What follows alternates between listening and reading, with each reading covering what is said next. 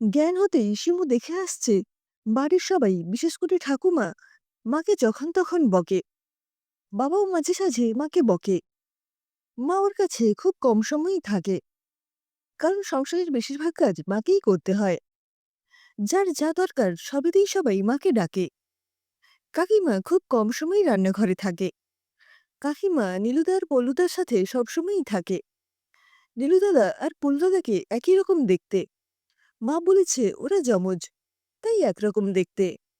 কাকিমা নীলুদাদা পল্লুদাদাকে স্কুল থেকে নিয়ে আসে। বিকেলে আবার তাদের নিয়ে কাকিমা রোজই বেরিয়ে যায়।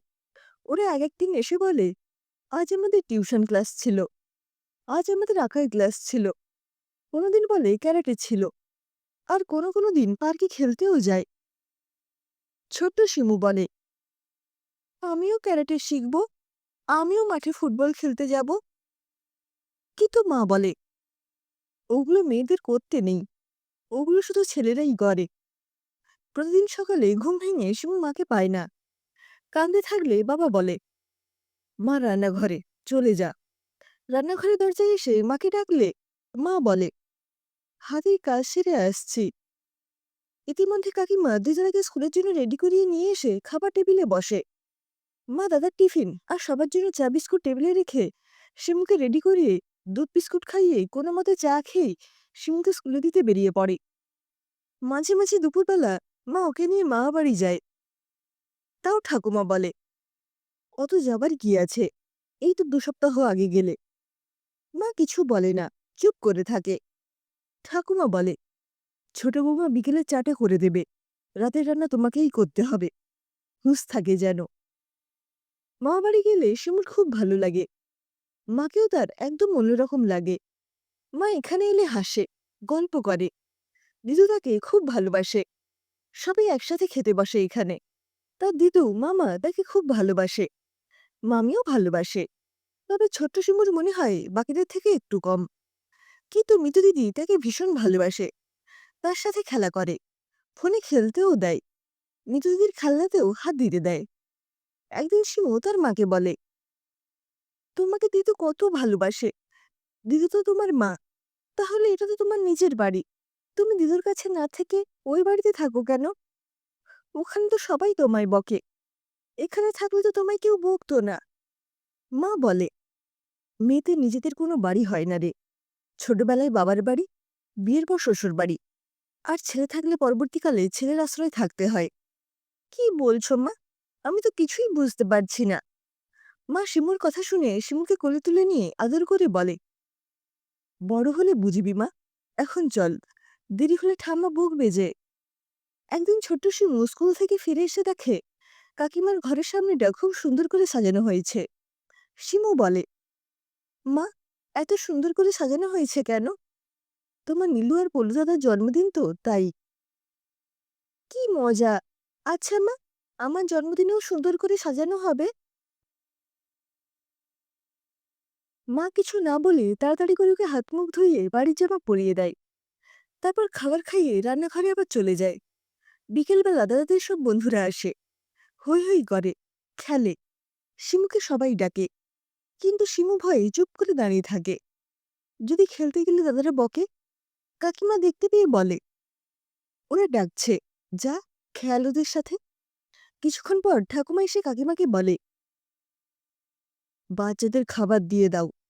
আর মনে আছে তো এই বাড়ির নিয়ম, পায়েস কিন্তু আজ শুধু 2 দাদুভাইই খাবে, আর কেউ খাবে না আজকে। ছোট শিমুর মন খারাপ হয়ে যায় শুনে।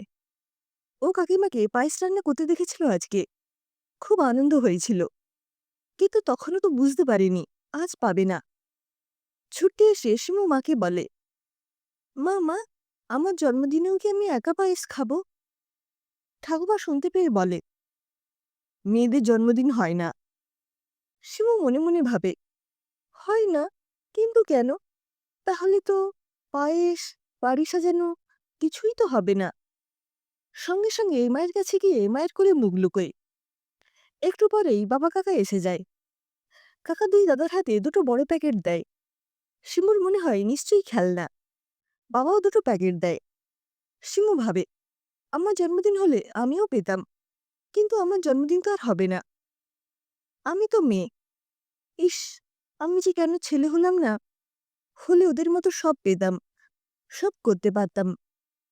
এইভাবেই একমাত্র মায়ের ভালোবাসায়, আদরের স্নেহে ছোট্ট শিমু বড় হয়ে ওঠে। শিমু উচ্চ মাধ্যমিক পাশ করার পর কলেজে অ্যাডমিশন ফি এর জন্য বাবাকে বলে। কিন্তু বাবা বলে, "আর পড়তে হবে না। আমি আর টাকা খরচ করতে পারবো না। তোমার বিয়ের জন্যও তো খরচা আছে।" সেই শুনে দুপুরবেলা মা বাপের বাড়ি যাওয়ার নাম করে শিমুকে নিয়ে স্কুলে দিদিমণির সাথে দেখা করে সব বলে এবং কলকাতায় থাকার পড়াশোনার ব্যবস্থা করে দিতে বলে। দিদিমণি বলে, "ঠিক আছে, কলকাতায় আমার চেনাশোনা পেইং গেস্ট জানা আছে। আমি ব্যবস্থা করে দেব।" শিমুকে পরের দিন সকাল ৮টার সময় আসতে বলে। তারপর শিমু আর তার মা একটা সোনার দোকানে যায়। মা কিছু গয়না বিক্রি করে। শিমুকে টাকাটা দেয় পড়াশুনো আর সব খরচার জন্য। মা শিমুকে বলে, "এই গয়নাগুলো তোর বিয়ের জন্যই রাখা ছিল, কিন্তু আমিও চাই তুই দেখিয়ে দে, মেয়েরাও কিছু করতে পারে।" এরপর বাড়ির দিকে ফিরতে ফিরতে মা শিমুকে কিছু পুরনো কথা বলেন। মা বলেন, "তোর জন্মের আগে আমার এক ছেলে হয়েছিল, কিন্তু তাকে আমি রাখতে পারিনি। তারপর তুই হলি। ছেলে হয়েও রাখতে পারলাম না। তারপর তুই মেয়ে হলি বলে তোর বাবা ঠাকুমা আমায় এত কষ্ট দেয়, কথা শোনায়।" শিমু সেদিন সব শুনেও কিছু বলতে পারেনি, কিছু করতেও পারেনি। তার ভীষণ অসহায় লাগে। পরদিন শিমু দিদিমণির সাথে কলকাতায় আসে। কলকাতা থেকে পড়াশুনো করে। মাঝে মাঝে বাড়ি যায়। প্রত্যেকবার গেলেই ঠাকুমা বলে, "মেয়ে হয়ে পণ্ডিত হবে, সেই হাদা খুন্তিই ধরতে হবে, যা মেয়েদের ধর্ম। আমার কথা মিলিয়ে নিও বড় বৌমা।"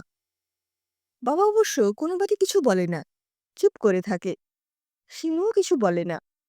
সে নিজে কলেজে পড়ার সাথে সাথে টিউশন করিয়ে কিছু টাকা উপার্জন করে, পড়াশোনার খরচও চালিয়ে নেয়। ইতিমধ্যে সে মাকে একটা ফোন কিনেও দিয়ে এসেছে। মায়ের সাথে এখন প্রত্যেকদিন কথা হয় শিমুর। মামাবাড়ির সবাই, দিদিও খুব খুশি হয়। এইভাবে শিমু পড়াশোনা শেষ করে একদিন কলেজের অধ্যাপিকা হয়। কলেজে কিছু বছর চাকরি করার পর শিমু কলকাতা থেকে একটু দূরে একটা ছোট বাড়ি কেনে।